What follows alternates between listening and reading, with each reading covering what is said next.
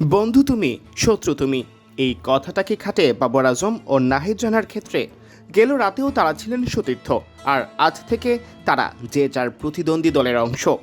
এতদিন ছিলেন যে ক্যাপ্টেনের তুরুপের তাস, এবার সেই নাহিদ রানা ওই বাবর আজমকে ঘায়েল করতেই প্ল্যান সাজাবেন নিজের জাতীয় দলের ক্যাপ্টেনের সাথে। ক্রিকেটের এই সৌন্দর্য তো আছেই, সাথে অ্যারন হার্ডি এও মনে করিয়ে দিলেন নাহিদ যে ফর্মে রয়েছেন, বাবর নিশ্চয়ই তাকে টেস্ট সিরিজে মোকাবেলা করতে চাইবেন না। পাকিস্তান সুপার লিগে সতীর্থ ছিলেন বাবর আজম ও নাহিদ রানা। বাবরের হাতে অধিনায়ক হিসেবে প্রথম শিরোপা এনে দিতেও নাহিদ রেখেছেন বিশাল ভূমিকা। বাবরের সব উদযাপনে নাহিদ তাই ছিলেন মধ্যমণি। তবে আর কদিন পরই দুজনই হয়ে উঠবেন মাঠের প্রতিপক্ষ। দুটি টেস্ট সিরিজ খেলতে পাকিস্তান দল এখন বাংলাদেশে, আর বাংলাদেশ পাকিস্তান সিরিজে নাহিদ বাবর যে ভিন্ন দলে। পিএসএলে যে নাহিদ হয়ে উঠেছিলেন বাবরের তুরুপের তাস, সেই নাহিদই আন্তর্জাতিক সিরিজে কঠিন পরীক্ষা নিতে পারেন বাবরের। তাই বাবর নিশ্চয়ই নাহিদের মুখোমুখি হতে চাইবেন না। নাহিদ কতটা ভয়ঙ্কর বোলার তা তো পেশোয়ার জালমির অধিনায়কের বেশ ভালো করেই জানা। তিনি নিজেই তো নাহিদকে দিয়ে কত বাঘা বাঘা ব্যাটারকে ভুগিয়েছেন পিএসএলে।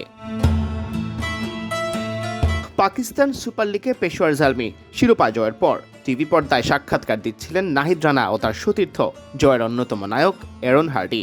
এ সময় হার্ডি বলেন, আমার পাশের এই ছেলেটা পিএসএলে ফিরে এসেই রকেট গতিতে বল করেছে। মাত্র 3 দিন আগে সে এসেছে, খুব দ্রুত বল করেছে। করাচিতে দেখেছিলাম সে 151 কিলোমিটার গতিতেও বল করেছে।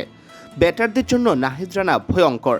সামনে টেস্ট সিরিজ আছে, বাবর আজম নিশ্চয়ই তাকে মোকাবেলা করতে চাইবে না, ফ্রেন্ডলি রেভারলি হবে। নাহিদ আগের আসরেও ছিলেন পেশোয়ারে, তবে ম্যাচ খেলা হয়নি। এবার খেলার সুযোগ পেয়েই বাজিমাত।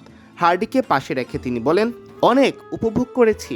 গত বছর এসে ম্যাচ খেলতে পারিনি, এবার ম্যাচ খেলতে পেরেছি।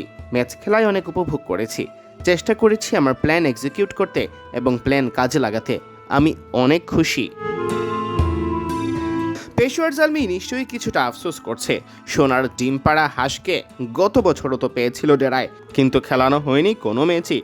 সুযোগ পেলে নাহিদ কি করতে পারেন তা তিনি এবারের আসরে ভালোভাবেই যে প্রমাণ করেছেন। সিয়াম চৌধুরী, বিডি ক্রিক টাইম।